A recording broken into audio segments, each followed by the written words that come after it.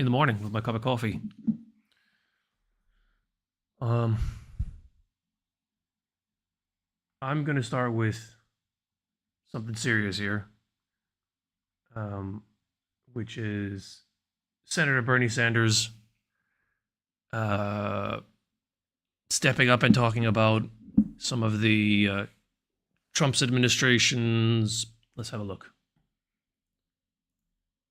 To give more power to the White House and the billionaires who now control our government.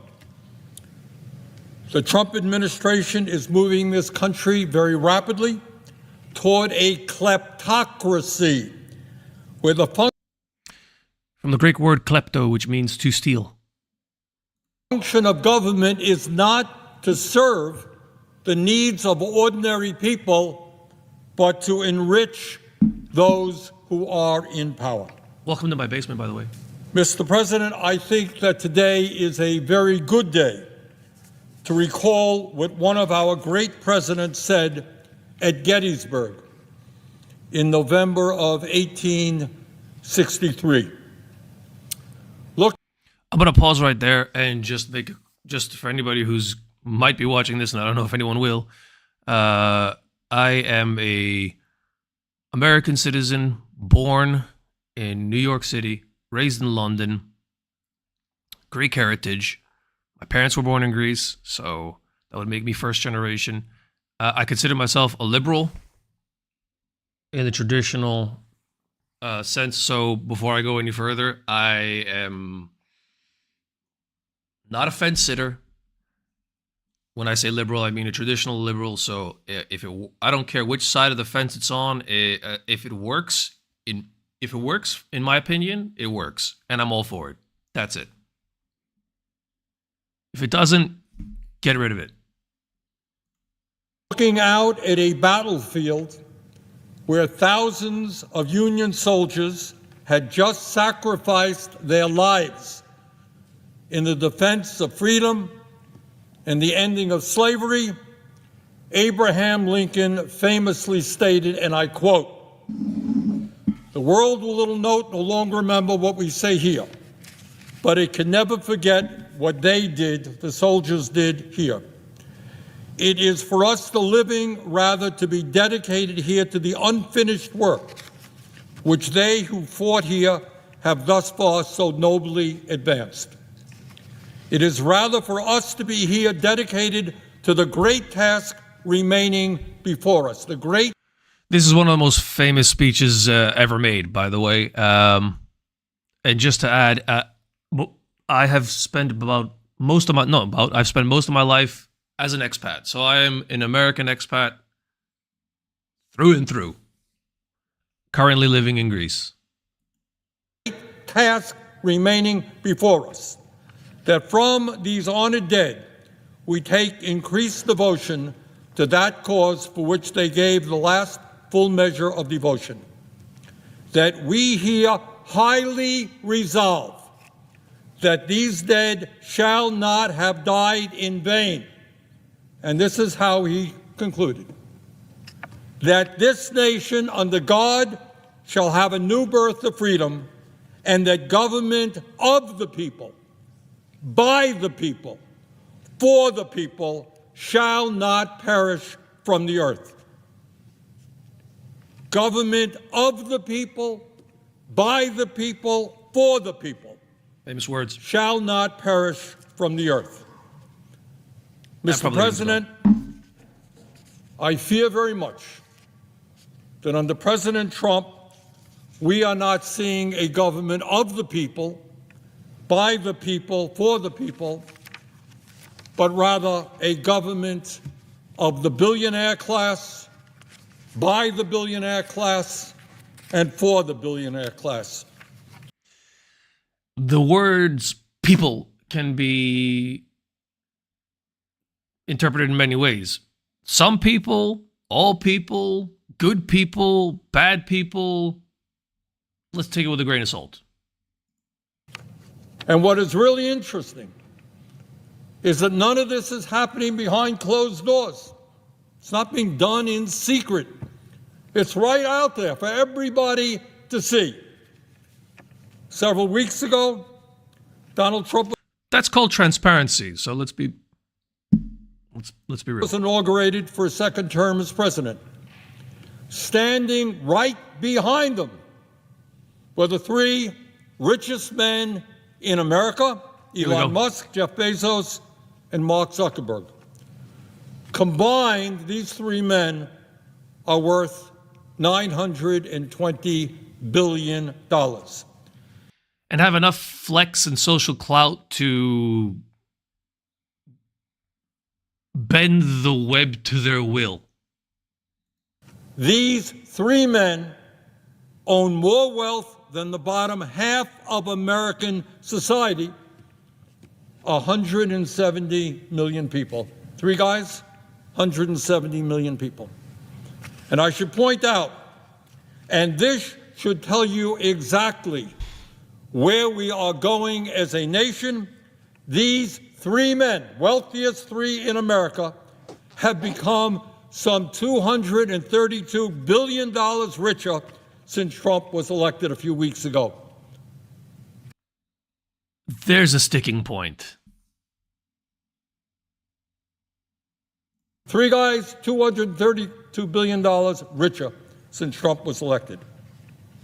Mr. President, this is how an oligarchic system works. Elon Musk, the wealthiest person in the world and now a key part of the Trump administration, As the power social influencer, all CEOs have them, you know? spent over $277 million to get Trump elected. In other words, within a corrupt campaign finance system, which allows billionaires to spend as much as they want, he helped buy the election. Imagine if you were a social media influencer and Nike. No, imagine you worked for Nike and a social media influencer said, "Hey, I'll pay you if you let me do some influencing for you." I can't think of a single business or corporation that would turn that down. That's saying more about Elon Musk than it's saying about Donald Trump. Mr. Trump. Jeff Bezos and Mark Zuckerberg, the second and third wealthiest people in our country, both kicked $1 million each into Trump's inauguration fund. And let us remember that Mr. Bezos, who among other things owns the Washington Post, rescinded the endorsement of that paper for Kamala Harris just before the election. Mr. Bezos was showing early on that he was willing to bend the knee for Donald Trump. For Bezos and Zuckerberg, I wouldn't go as far as to call them Donald Trump social media influencers. There's tax benefits, and things I'm not aware of. Probably that, the Rich Pal group, but they are also tech billionaires and tech, so to speak, gurus. So I don't know if anyone else knows of Stargate, the AI infrastructure that they want to build and stuff like that. Could have something to do with that, and that is closely linked to healthcare. Trump. Mark Zuckerberg, the founder and CEO of Meta, which owns Facebook and Instagram, agreed to settle a lawsuit with Trump for $25 million. These three multi-billionaires are working with Trump for one very simple reason. Probably a few complicated reasons too. That Trump's policies are designed to make the very wealthiest people in this country even richer. That is Since true. Trump's election, Mr. Musk has become 150. Pause for a sec. That's called trickle-down economics. So I've neglected to mention, apart from my background, that unless you already know me, I'm also a certified, qualified teacher in business and economics, and I also possess an MBA myself. I've done a rural land management and business postgraduate degree as well, and my foundation, my BSc, was in information management. I graduated the same year that Mark Zuckerberg did. So while I was learning HTML and all the rest of it and how the web works, he was building Facebook, to his credit. Now, what they're talking about now, having the richest people and making the richest people at the top more rich, it's called trickle-down economics, right? It's the idea that if they make enough money, then they'll start raising their salaries or investing in new businesses and create new wealth that'll start trickling its way down the economy.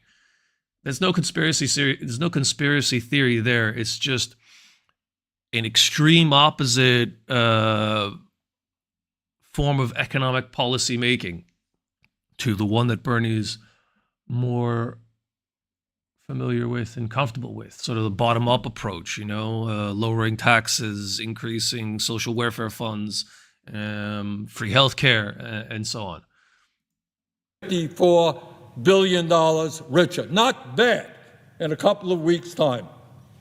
He earned a great investment. He only spent a couple of $100 million on the election, and now he's $154 billion richer. Mr. Baker. So why make rich people even richer?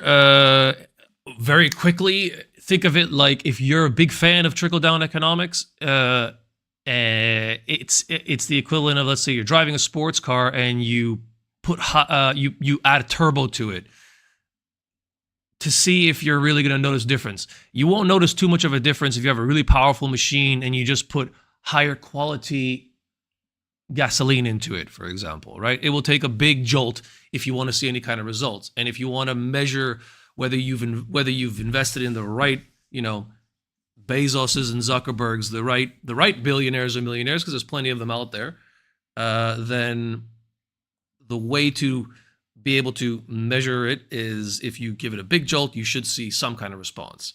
That way you can attribute that response to that jolt and not some other forces at work in the markets and the economies. Bezos has become $35 billion richer, and Mr. Zuckerberg has become $43 billion richer. The only reason why I'm questioning that right now is because, do they really need more money for their own purposes, like in an individualistic, selfish kind of way? Or is there something else at work here? Mr. President, I am concerned not only about the growing movement toward oligarchy in this country, but I am deeply worried that under the leadership of President Trump, we are moving rapidly towards authoritarianism. And all over this country, people are alarmed and shocked by what they... Authoritarianism. So a little bit of business background, a little business theory, leadership styles, right? There's authoritarian, there's paternalistic, there's democratic leadership styles where collectively there's a vote. Paternalistic is a bit like that, but there's some sort of central leadership. Authoritarian leadership style in management is I'm the boss, what I say goes, and you follow. It's basically an exact copy of the leadership style employed by the military, by the police, but all the public services, actually. So it's not a dirty word, not in management anyway.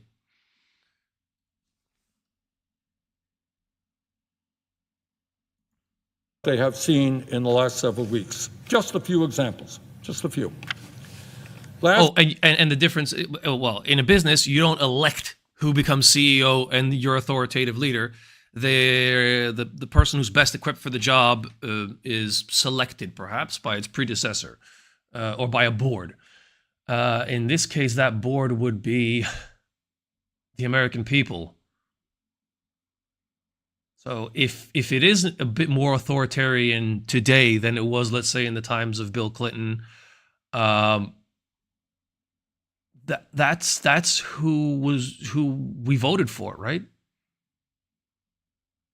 The question is why? Is it because Donald Trump and Jeff Bezos and Mark Zuckerberg enabled it and helped him or socially influenced in support of his campaign. Is there anything undemocratic about that? I don't know. Do you think there is? Or is that fair play? Why do these three people have so much social clout and so much money? Can't blame anybody other than anyone else other than ourselves for that.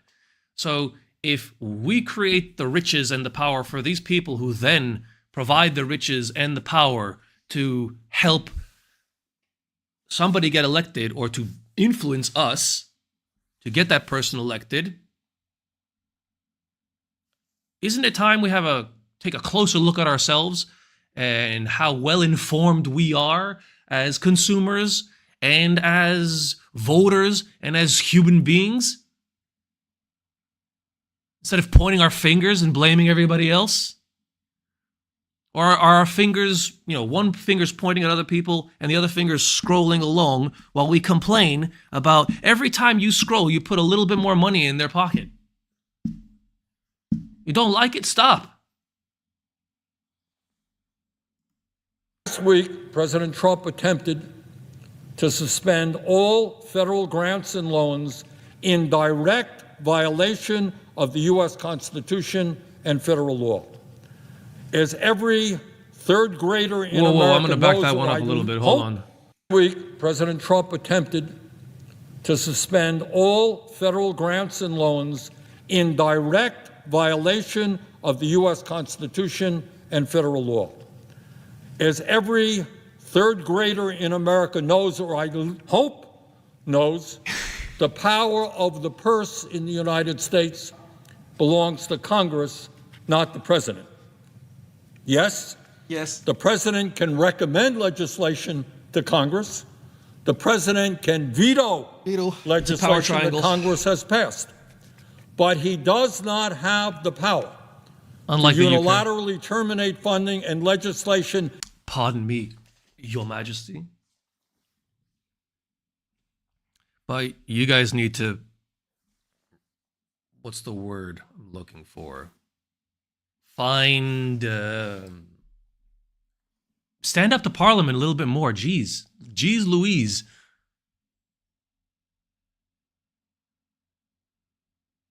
People love you. Don't be scared. That has been passed by the U.S. Congress. That is a dangerous and blatantly unconstitutional act. And I should add. Sorry. Ed, don't get me started on Will and Harry. Guys, I mean, they just need to man up a little bit, I think. A lot, I think. And legislation that has been passed by the U.S. Congress. That is a dangerous and blatantly unconstitutional act. And I should add that Trump's blocking of federal funding would have had a horrific impact on millions of Americans who utilize programs like Medicaid, Head Start, community health centers, Meals on Wheels, homeless veterans programs, and many, many other initiatives. I don't know that much about U.S. politics to know whether it is illegal what Donald Trump did to cut funding, or what did he say? He didn't say cut. He said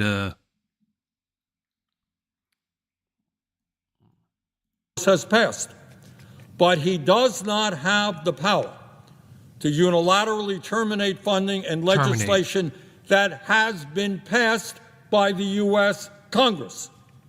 That is a.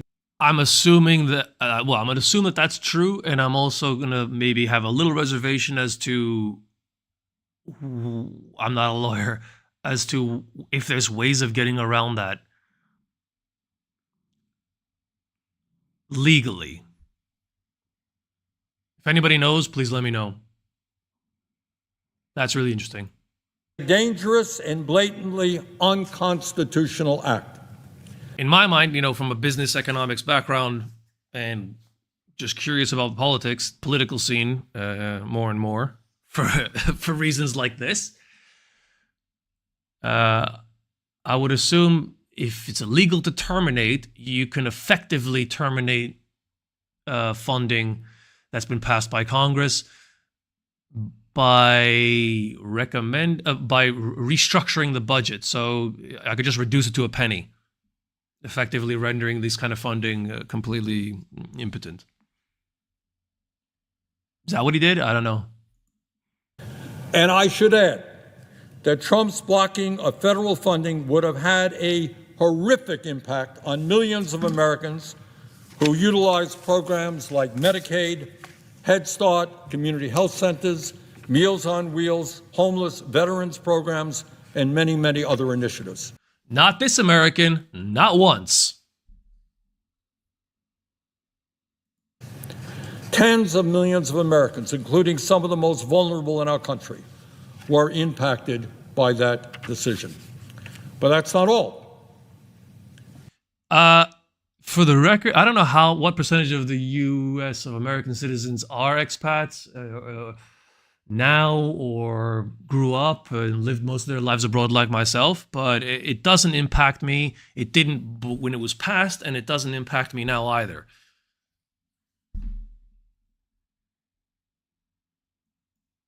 A few days ago, Trump fired 17 inspectors general, independent government watchdogs that were created by Congress in the wake of the Watergate scandal to prevent the abuse of power by the executive branch. Last week, President Trump fired a member of the National Labor Relations Board, and in so doing, effectively neutered the only federal agency in America with the authority to hold corporations accountable for illegal union busting and to protect the constitutional right of millions of workers who want to join unions in order to earn better wages, working conditions, and benefits. Not only I'm in favor of a good union.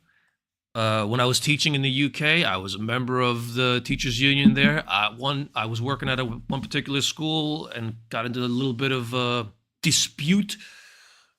I was accused of things that never happened, so I did access my union lawyer, who was a big help. And although I had been paying for that membership for a while, it was it's a lot like tax actually. So as I was like bumping up some of my money that I was earning as a teacher, humbly, might I add, in taxes and to my state pension and then to my teacher's pension and then a little bit extra to my union. More was going to things like my pension and my union than I was paying in tax. I don't know if that's true, but all of it stung together. What's the point I'm trying to make? Two sides of the same coin, right? only is that move blatantly illegal, it is exactly what Elon Musk, the owner of Tesla, and Jeff Bezos, the owner of Amazon, have been fighting for months. Right, good unions. That's the point I'm trying to make. If you have a bad union that's like it takes too much and gives too little, you're dealing with something that is worse than deep state tax conspiracy theories. You only have to look at the 80s and the 90s and how trade unions were infiltrated by as they say, bad actors, the mob and things like that. That said, yeah, I mean, those kind of gangsters make millions. They don't make billions, right? They don't like unions. And what Mr. Trump has given them is the opportunity to make it much, much harder for workers to organize in their companies. President Trump also illegally fired members of the Equal Employment Opportunity Commission, the only independent commission in our country that protects workers against discrimination in the workforce. I hear that, though, about workers organizing within their workplace and having every right to do so. I'm all for that. When I was working as a teacher in the UK, I worked at 6 different schools, state schools, private schools, grammar schools, the whole smorgasbord, every kind of structure, and all of them had their own bureaucracies to deal with. Further, and what should upset. And the one thing that could have resolved all of the problems, one of the things on the teacher side that was a common denominator, was there was no unity. Most of us were signed up to a union. A lot of us are the same one. There's 2 or 3 big ones. And it was just as an insurance, most of us were doing it as an insurance for if the proverbial poop hit the fan and you needed a lawyer, instead of having to pay for one, you're essentially investing in one for if and when you need it. But it's like insurance, and you hope you never need it. But no real organization, collective action whatsoever. Yeah. And these are long-standing old unions, been around for a while. Upset every American, no matter whether you're conservative, moderate, progressive, is that in direct. Oh, and why is that? I think it's because of tough times, right? So in tough times, you're not going to go on strike. During a recession, you're not going to go on strike. You actually cannot. You can't afford to financially.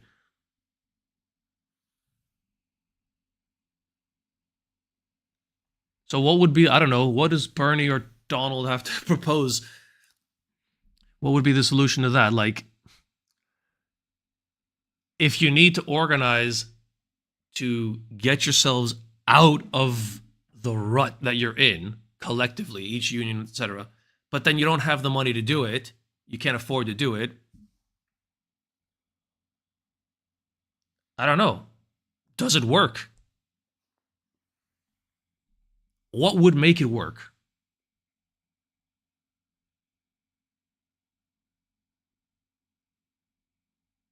A larger, more secure safety net for unemployment, So, but even then, you're talking about people, teachers, cops, people in professions who they're not just doing it for the money. Let me tell you, okay? When you're a teacher and you've been in the game for a while, or if you're a police officer and you've been in the game for generations or things like that, you're deeply invested in it. It's a complicated socioeconomic conundrum.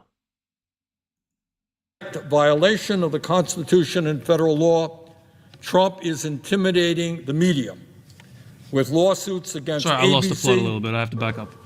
And what should upset every American, no matter whether you're conservative, moderate, progressive, is that in direct violation of the Constitution and federal law, Trump is intimidating the media with lawsuits against ABC, CBS, Meta, and the Des Moines Register. His FCC is now threatening to investigate PBS and NPR. Public Broadcasting Service. What Trump is essentially saying to every media outlet in America, if you say America's or do NHS. anything that is critical of me, that displeases me, you may be subject to a lawsuit or a federal investigation.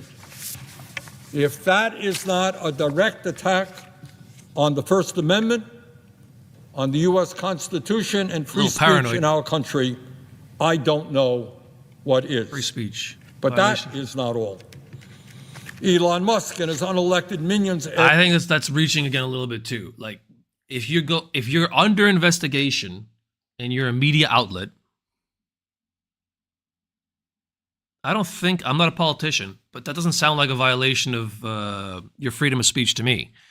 Unless you're doing something shady. Yeah. If there's something shady going on and they got to shut you down, then that's just doing your job, right? That's not violating You could go on. You could go on the street, I guess, and PBS reporters can go on doing their thing, and that's a different story, right?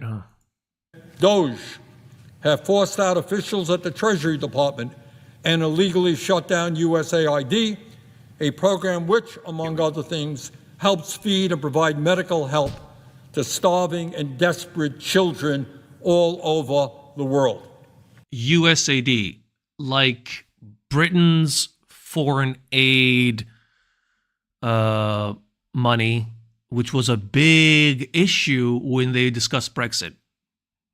The idea was instead of donating this money to, or the money that's going to the European Union that we never see anything much of, in return, we can use it to put it where we want to put it as aid that we want to use it. And the people in support of that were making arguments, some overtly, some covertly, that aid was going to go to former colony countries or Commonwealth countries, countries that trade with Commonwealth countries, and things like that, for the empire.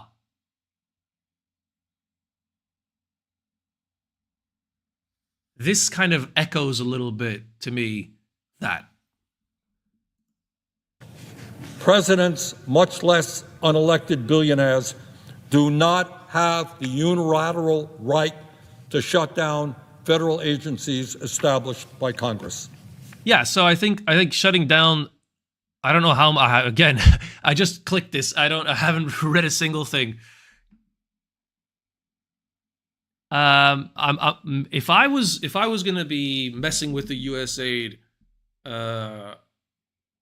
I was Donald Trump and I was messing with the USAID, I really want to find out, actually. Maybe if you stick around. To put it, we've heard Donald Trump say things like this, that we're giving money to people and countries who are then using the money to build bombs and do things that work against us.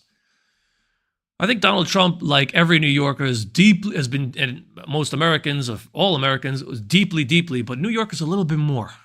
Trust me, because that's my birthplace. And my dad was there when the Twin Towers fell. Deeply affected by that. And it wasn't just that day that deeply affected us. It was the years that followed it. Okay, I was living as an expat, and it was like this tension, this sort of like anti-American undercurrent, which it was there. It was there. It was always there. It was there before 9/11. People living in America, my cousins, my family, completely oblivious to it, to the point that sometimes I thought I was being crazy. Sometimes I was paranoid, and things like that. But after 9/11, everybody came out of the anti-American closet. There were people in countries like Greece who were celebrating that fact. I'm not talking the Middle East, okay? I'm talking Athens, Central.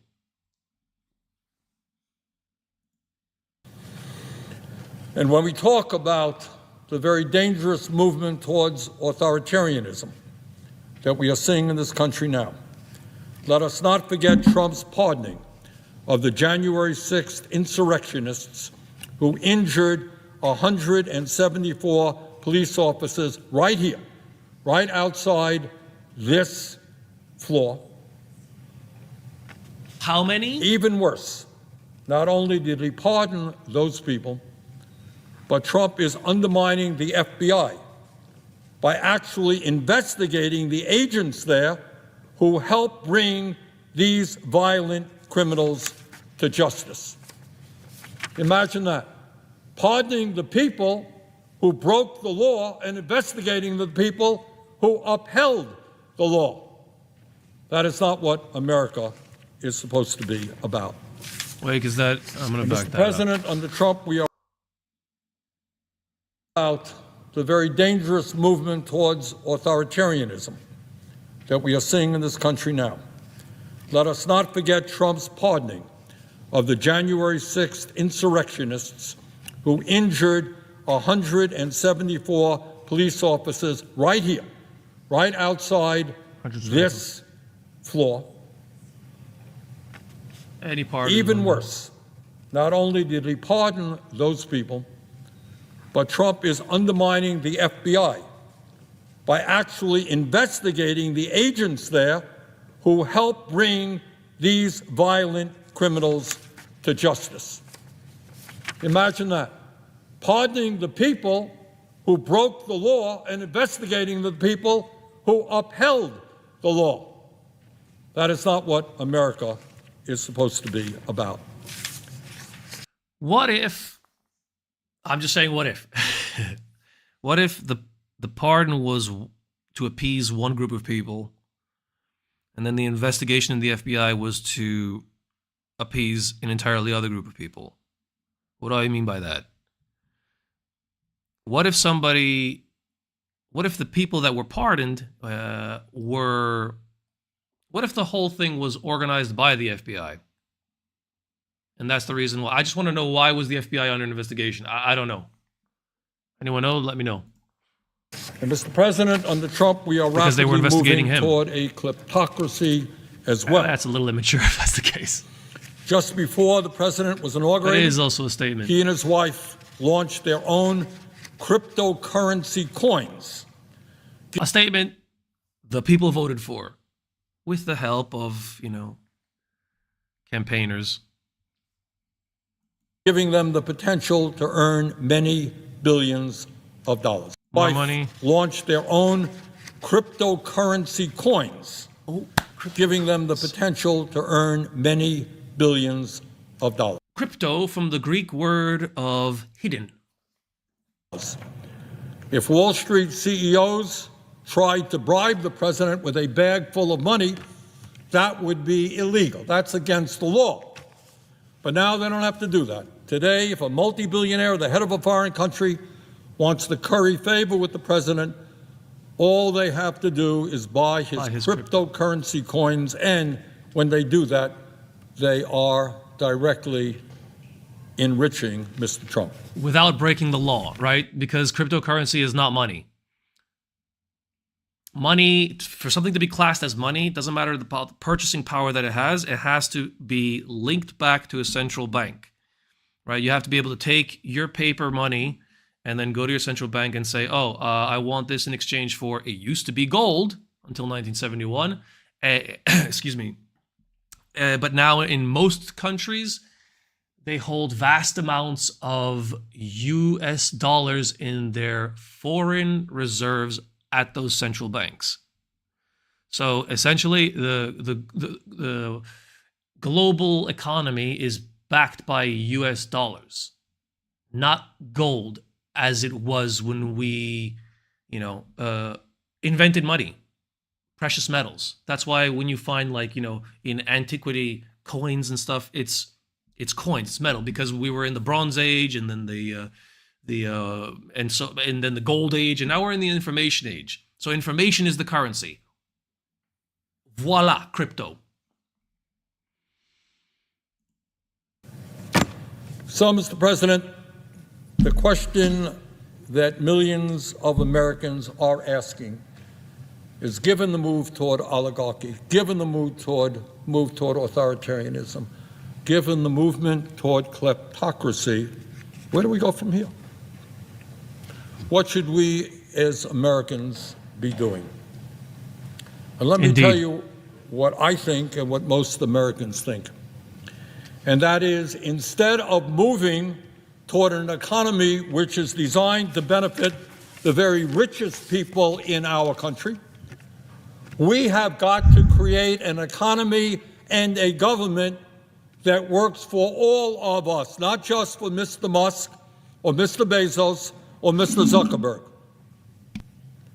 Mr. President, at a time of massive wealth and income inequality, we have never had more income and wealth inequality than we have had right now. Quick economics lesson. In a system that it works with money, right? Like traditional money, not crypto. Inequality is built into the system.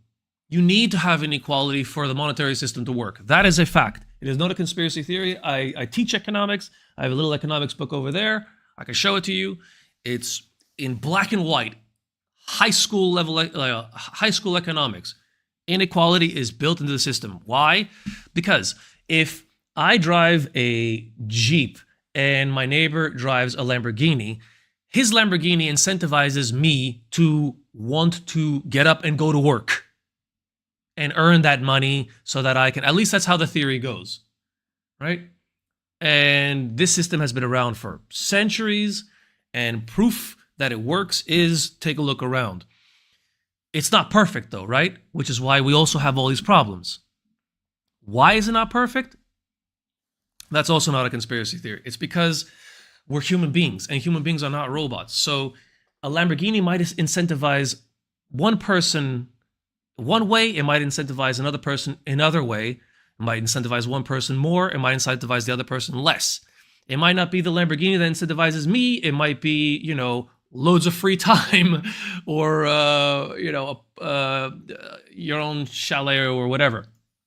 It is beyond stupidity. Beyond stupidity. To provide more tax breaks to the very richest people in our country, and then to pay for those tax breaks by cutting back on Medicaid and other programs desperately needed by working families all across this country.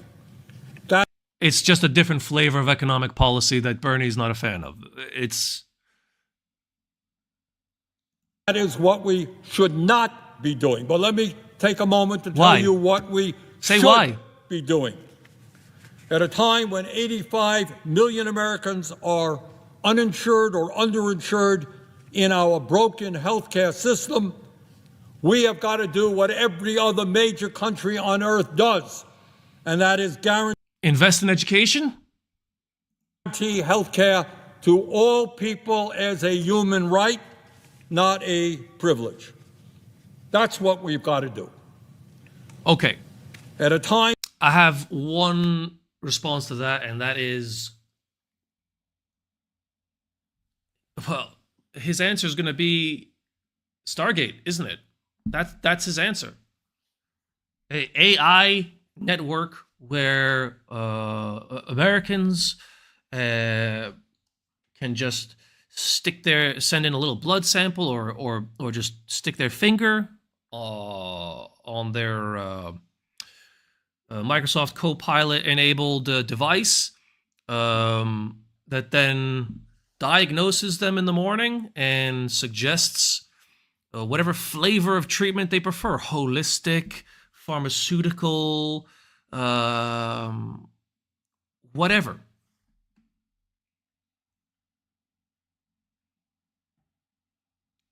Question is it going to be free or not? Is it going to be a premium service? Oh, Donnie didn't say. But I felt that there was a hint that could, should, or might be then rolled out globally. If that's the case, then it'll be run like a private business, probably will be, and probably won't be free. But if, again, the economics of it, if it aligns with the average income or minimum wage, if it doesn't break the purse of somebody on minimum wage, doesn't sound all that bad. Or that far away from free healthcare. When 1 out of 4 Americans cannot afford the outrageously high prices that the pharmaceutical industry charges. We have got to end the absurdity of the American people paying by far the highest prices in the world for prescription drugs. We have got to cut the cost of medicine in this country in half, making it comparable with what the rest of the world is paying. I don't know why that happens. Mr. President, the federal minimum wage today is $7.25 my sister's in the pharmaceutical, an hour. My sister's in the pharmaceutical industry. She works for one of the big three, and their head offices are in Europe and so forth. I think maybe that's why. Maybe they're foreign companies. So I don't know. If anyone knows, let me know. We've got to end the absurdity of the American people paying by far the highest prices in the world for prescription drugs. We have got to cut the cost of medicine in this country in half. That is absurd. Making it comparable with what the rest of the world is paying. Mr. President, the federal minimum wage today is $7.25 an hour. That is a starvation wage. Well, 60% of our people, 60% of Americans live paycheck to paycheck. We must raise that minimum wage to a living wage, at least $17 an hour. If you 60% are living day to day? What's the other 40% doing? work 40 hours a week in the richest country on earth, you should not be living in poverty. Mr. Musk. Poverty, the poverty line, by the way, it is a line. Economic policymakers, they draw a line where they say, okay, anyone below this is considered poor. So, and some politicians play, and governments play loose and free with that line so they can stand up and say what they want. I don't know what it is right now in the US, so I'm not criticizing. I'm just trying to. And Mr. Bezos want to make it harder for workers to join unions. Well, we have got to do exactly the opposite, make it easier for workers to join unions by passing the PRO Act. At a time when we need the best educated workforce in the world, we need to have the best public schools in the world. And among other things, that means we need to substantially raise teachers' salary. We need to attract the best and the brightest young people into education, and we do that, among other things, by making sure that no teacher in America earns less than $60,000 a year. We also radically reform our broken. Hey, if Donald Trump wants to repatriotize America's wealth and America's assets, if he includes human resources amongst those assets, which I think any smart business person would, and if he wants to improve the education in the United States so that we have a more educated workforce that is more productive and more efficient, hey man, raise teacher salaries. I'll come home. Child care system, so the little kids in this country get the quality care they need and the workers there are adequately compensated. Mr. President, all over this country, from Vermont to LA, we have a major housing crisis. And it's not just the 800,000 Americans who are homeless. It's millions of working families who are spending 40, 50, or 60% of their limited incomes on housing. Instead of spending almost $1 trillion a year on a wasteful and bloated Pentagon budget, we have got to build millions of units of low-income and affordable housing. And when we do that, we put large numbers of American workers to work at good-paying union jobs. Mr. President, I have heard time and again from Mr. I think education, investing in education is something that Bernie and Donald can both agree on. Defense budgets, I think a lot of what is going on for defense is beyond Bernie's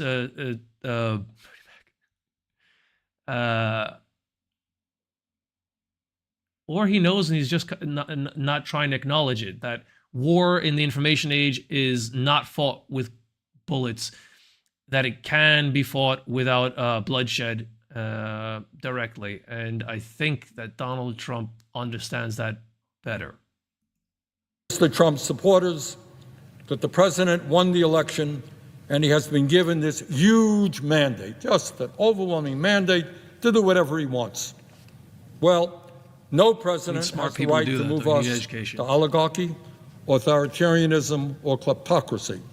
But more important, let us not forget that while Trump did win this election, he actually received 4 million votes fewer votes than Biden did in 2020 when Biden won the election. So here we are. Where do we go? What do we do? Right. I think now is the time for the American people to come together. Right. To not allow those who want to divide us up by the color of our skin or our sexual orientation or where we were zip born, codes, That's what they want to do. They want to, or our sexual orientation, or where we were born. Or where we live. That's what they want to do. They want to divide us up. Now is the time for us to come together like never before. No. And make certain we do not move toward oligarchy, make certain we do not move toward authoritarianism or a kleptocracy. And most importantly, in the richest country in the history of the world, we must understand that we have the capability of providing a decent life for all of our people. We can do that when we stand together and we don't let folks divide us up. And with that, Mr. President, I would yield the floor. I agree. Got to come together. There's an expression in Greek. It says you have to put a little bit of water in your wine. Both sides to come together. You know, but everybody needs to have a good drink together.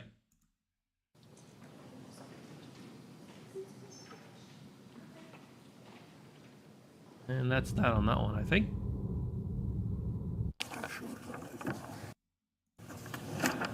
Yeah.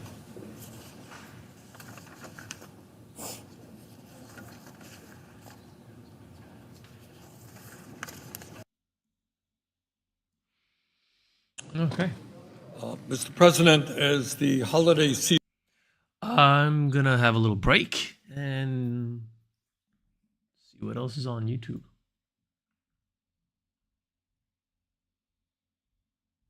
Aha.